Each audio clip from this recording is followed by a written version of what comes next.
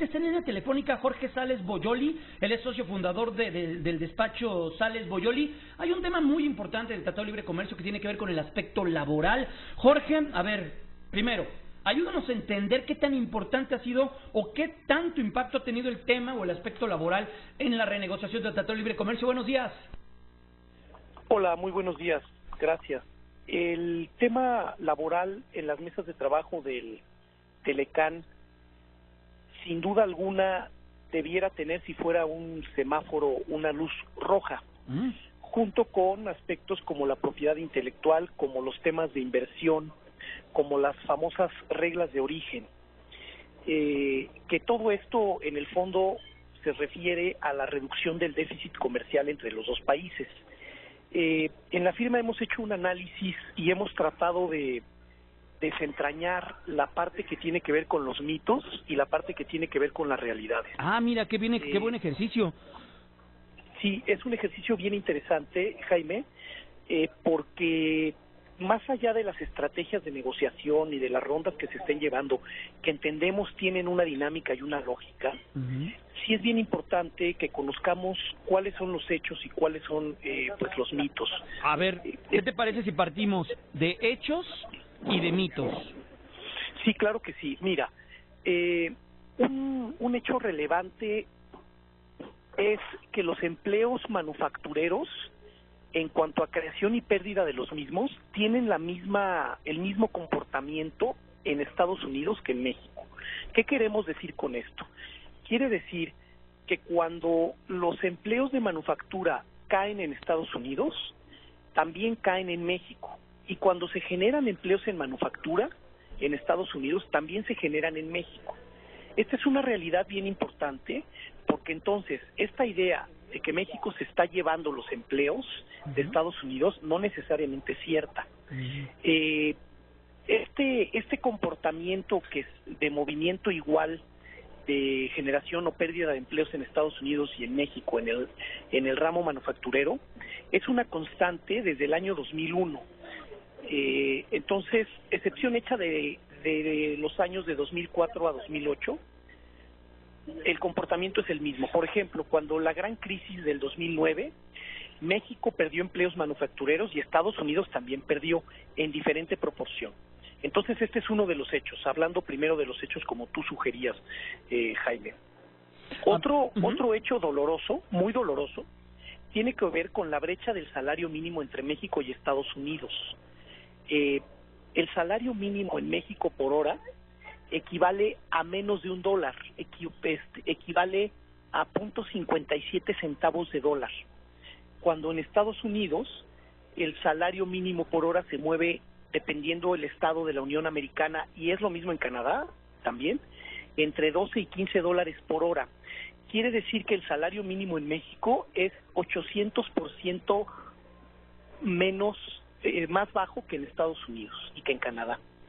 México ha construido y se ha convertido en un atractivo a la inversión canadiense y estadounidense principalmente, sobre la base de salarios muy bajos que me parece que rayan en lo inmoral. Sí es cierto que México no puede igualar su salario al de Estados Unidos, su salario mínimo, porque perderíamos una ventaja de complementariedad en el mercado global, pero creo que la brecha se debe cerrar de manera significativa. Toda esta discusión del salario mínimo que traemos en México, creo que apunta a esta cuestión. Vale la pena decir que no es la única razón por la que México se ha traído empleos o por la que Estados Unidos se ha quedado sin empleos, pero este es un hecho. La brecha del salario mínimo entre México y Estados Unidos es muy amplia, ese sí es un hecho. Estamos platicando con Jorge Sales Boyoli, él es socio fundador del despacho Sales Boyoli. Jorge, entonces, viéndolo y analizando esta situación, ¿esto puede convertirse en una oportunidad para darle cabida a una discusión que se ha postergado y que se ha tomado desde hace, ¿qué tendrá? 2 años, desde que la tomó el jefe de gobierno Miguel Ángel Mancera, después Salomón Chertorivsky haciendo mesas, debates, análisis? ¿Es momento de entrarle de lleno a esto? Sí, incluso en la firma hemos considerado que ya vamos tarde a ese tema, pero sí constituye una gran oportunidad para ir cerrando esa brecha que como te comento, me parece que más allá de esta comparación ofensiva, es una realidad que ha perdido el poder adquisitivo el salario mínimo desde hace más de 30 años, ¿no? Claro. Entonces sí estamos en un momento histórico, no solo por la presión internacional que existe y es real, sino también por la pérdida del poder adquisitivo. Entonces, sí, contestando tu pregunta, es un momento histórico para poder cambiar ese viejo mito. ¿Cómo hacerlo para que no te desordene otras variables macroeconómicas? ¿Cómo es la inflación? ¿Cómo abordarlo entonces? Sí, es un gran tema. Tocas un punto muy sensible porque uno de los indicadores macroeconómicos que en los últimos 2 meses se ha salido ligeramente de control es justamente la inflación. Este gobierno ha logrado mantener las variables macroeconómicas razonablemente controladas, pero particularmente la inflación se ha disparado en los últimos 2 meses. Una de las ideas para quitarle el efecto inflacionario del salario mínimo es esta que se ha puesto en marcha de desvincularlo de todos los factores que le dan esta naturaleza inflacionaria al salario, es decir, las multas, los pagos de recargos y demás, con la creación de la famosa unidad de medida, la UMA. Esa es una de las maneras de quitarle el efecto inflacionario. Otra manera de quitarle el efecto inflacionario es a lo mejor volver a este principio de un salario mínimo diferenciado por región geográfica. Las realidades geográficas en México inciden en la economía. La economía en Cancún, por ejemplo, es una economía muy diferente a la economía de Chiapas. Tenemos un problema, Jaime, y es que México crece económicamente crece a 3 velocidades distintas, ¿no?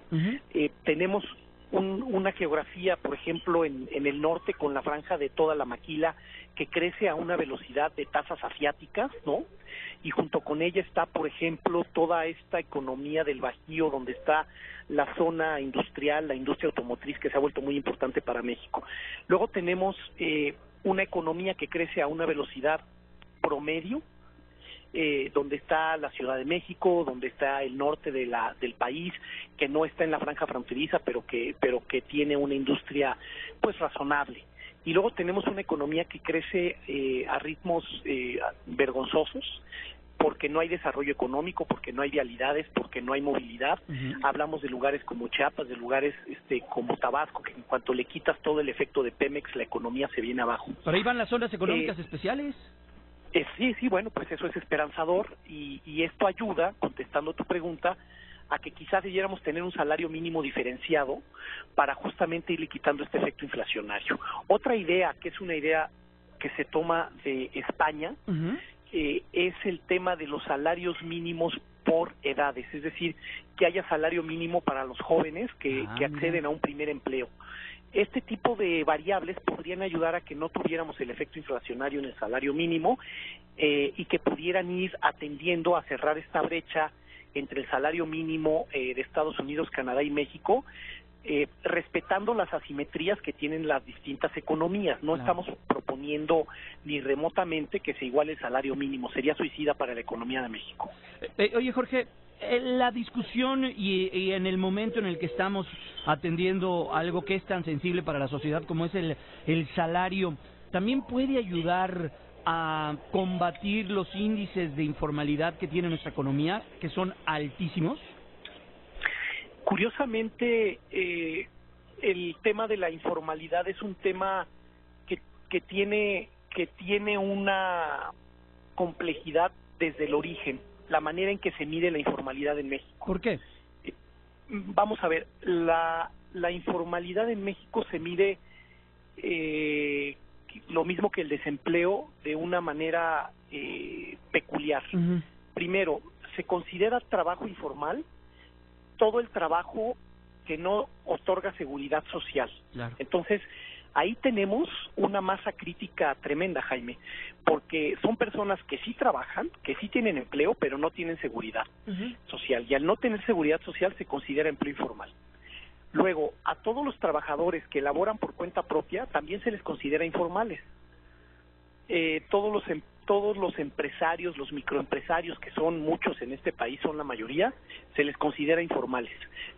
Y luego están los verdaderamente informales, que no tienen contrato, que no están dados de alta en Hacienda, entonces ya eso hace que la masa crítica y que el volumen de informalidad pues sea casi del 60% de la población económicamente activa. Sí, altísimo.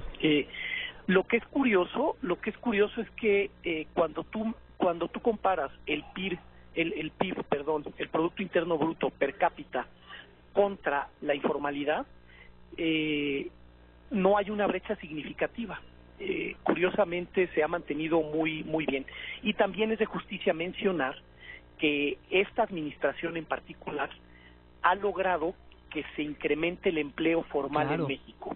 Si tú miras la tendencia de creación de empleos más de 3 millones registrados en el Seguro Social, se ha incrementado. Jorge, por último, entonces, este impacto que tiene el aspecto laboral en la renegociación del Tratado de Libre Comercio, ¿lo ves como una parte fundamental en cuanto a las economías que se pongan de acuerdo o como un aspecto que puede descarrilar esta negociación?